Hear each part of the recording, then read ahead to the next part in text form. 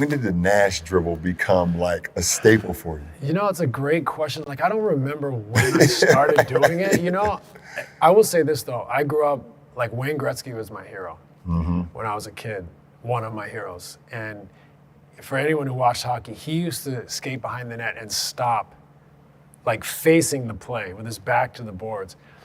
So why is that ingenious? Because he's just changed the perspective of all the defenders, including the goalkeeper, the goaltender. So the goalie's sitting there, the puck stopped behind him. So when he does this, what does he see? He doesn't know, where the traffic's going. Right, exactly. So he's doing this. Then defenders, they usually have their back to their goal, seeing everything in front of them. Right. Now they have to turn and face their own goal. So they don't know who's cutting, who's changing, right?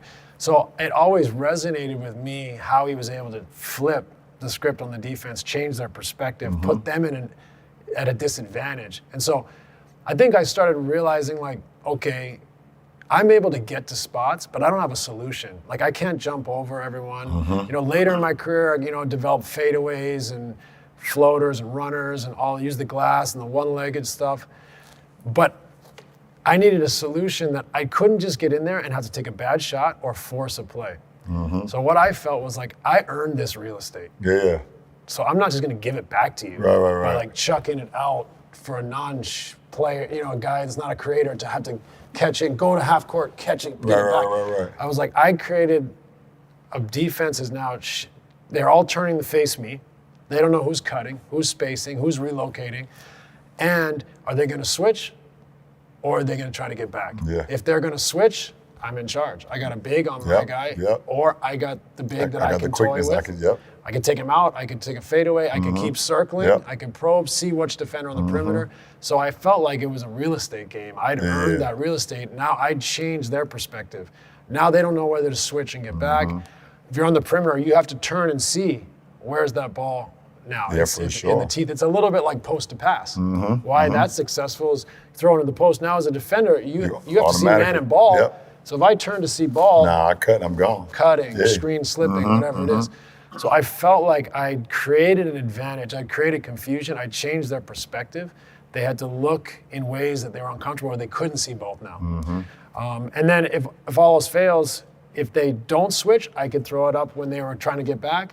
If they do switch, we got a big under the rim, or I can take him out and take advantage. So it really just came from not being able to attack the rim. Like I mean, I could always finish, but I could, if I had space or time.